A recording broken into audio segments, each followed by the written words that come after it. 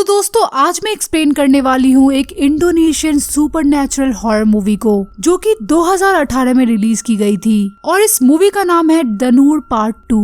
ये movie series जो है वो टोटल 3 पार्ट में डिवाइडेड है और सबसे खास बात ये है कि ये वीडियो एक कोलैबोरेशन वीडियो है गोस्ट सीरीज चैनल के साथ। तो द नूर पार्ट 1 का एक्सप्लेनेशन आपको उनके चैनल पर मिल जाएगा, तो जाकर आप जरूर देख लेना, अदरवाइज आपको समझ नहीं आएगा।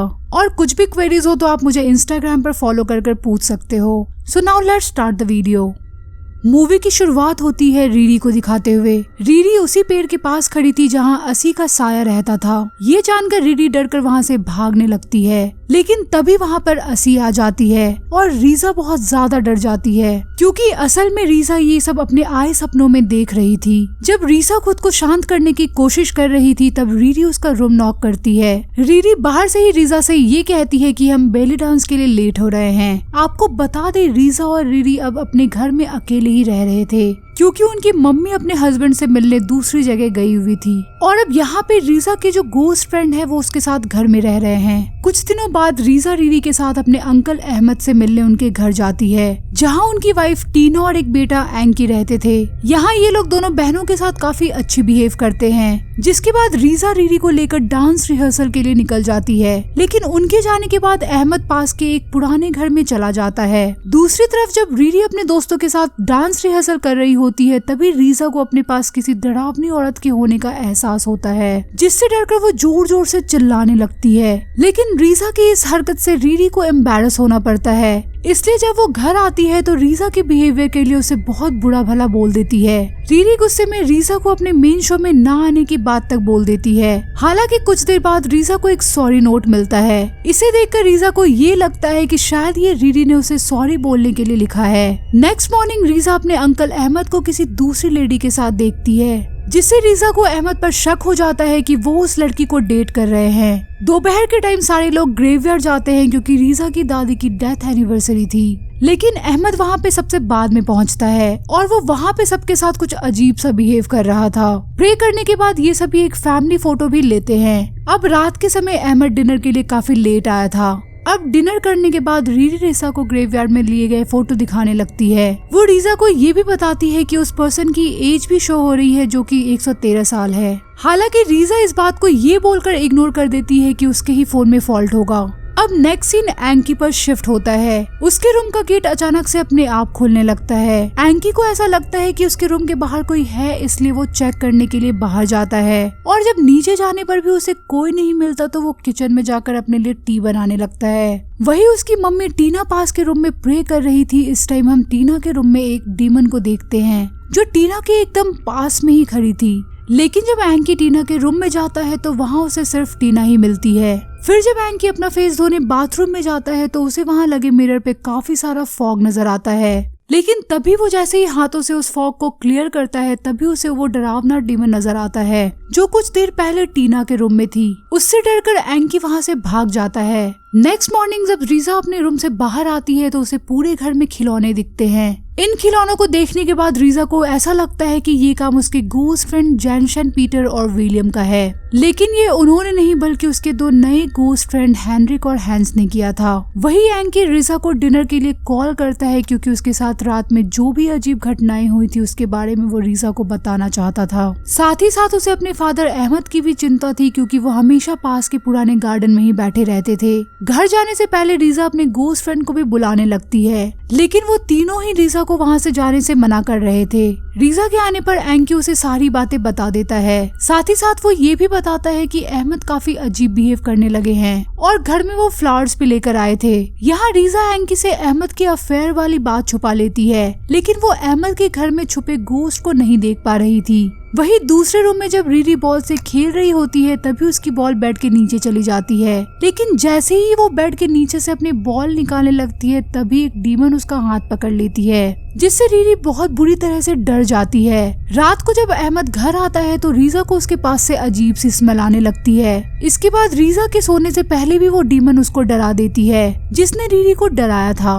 तब रीरी भी रीजा को बताती है कि उन्हें भी आज दूसरे रूम में कुछ अजीब सा दिख रहा था और शायद ये घर हॉन्टेड है। उसी रात रीजा को एक सपना आता है जिसमें वो खुद को सामने वाले पुराने घर में जाते हुए देखती है, जहां अहमद एक डायरी को पकड़े हुए सो रहा था। लेकिन रीजा उस डायरी को अहमद से लेने लगती है। तभी रीजा की आंखें खुल जाती है। इसके बाद रीजा असल में उसी घर में जाती है जहां वो ये देखती है कि अहमद उसी डायरी को लेकर सो रहा है और ये वही है जैसे उसने सपने में देखा था। वो चुपके से उस डायरी को लेकर अपने घर में वापस आ जाती है, लेकिन तभी रीजा को पियानो बजने की आवाज सुनाई देती है। रीजा के देखने पर उसे पता चलता है कि वो वही डीमन पियानो बजा रही थी। उसे देखकर रीजा तुरंत वहां से हटकर अपने रूम में चली जाती है। डायरी को देखने पर उसे पता चलता है कि ये डायरी किसी एलिजाबेथ नाम की लड़की का है। इससे पहले वो डायरी को पढ़ती उसे टीना के चिल्लाने की आवाज आ जाती है, क्योंकि उस डीमन ने उसे भी डरा दिया था, जिससे वो बेहोश हो गई थी। हालांकि हॉस्पिटल में वो बिल्कुल ठीक पाई जाती है। इसके बाद रीजा एंकी और अहमद को लेकर नमाज पढ़ने जाती है, लेकिन पूरे टाइम अहमद शांत खड़ा रहता है और रीजा एंकी की नमाज पढ़ने से पहले अहमद वहां से गायब हो जाता है। जिसके बाद ये दोनों उसे हॉस्पिटल में ढूंढने लगते हैं। इसी बीच रीजा एक रूम में एंट्री करती है जहां उसे एक लेडी तंत्र विद्या से किसी का इलाज करते नजर आती है।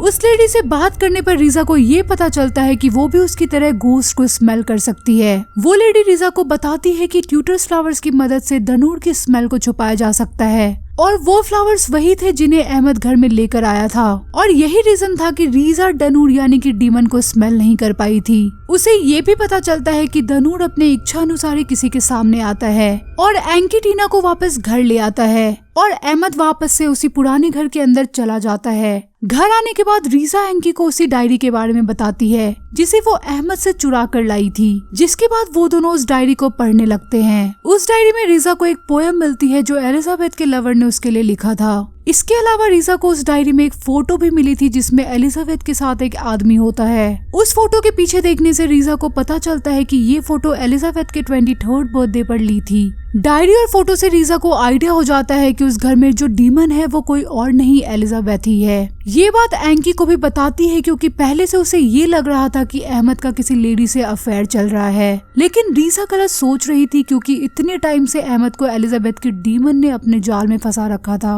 और ग्रेवयार्ड में जिस अनजान व्यक्ति की फोटो ली गई थी जिसका एज 113 साल था वो एलिजाबेथ ही थी। उस डायरी से रीजा को ये भी पता चलता है कि एलिजाबेथ के बर्थडे के दिन उसके लवर को मार दिया गया था, जिस वजह से एलिजाबेथ अहमद की तरफ अट्रैक्ट हो गई थी और अब उसे अपने बर्थडे वाले दिन हमेशा के लिए अपने साथ ले जाएगी। अब रीजा को कुछ समझ नहीं आ रहा था कि वो अपने अंकल अहमद को बचाने के लिए क्या करे, इसलिए वो अपने गोस्ट फ्रेंड को बुलाने के लिए डिसाइड करती है। इसलिए वो पियानो पर जाकर गाना गुनगुनाने लगती है, लेकिन तभी एक स्पिरिट रीजा की बॉडी को पजेस कर लेती है। हालांकि ये एलिजाबेथ नहीं थी, ये स्पिरिट एंकी को बताती है कि एलिजाबेथ अहमद को मार देगी। यहाँ हमें पता चलता है कि जिस स्पिरिट ने रीजा को पजेस किया है वो एलिजाबेथ के लवर की बहन है।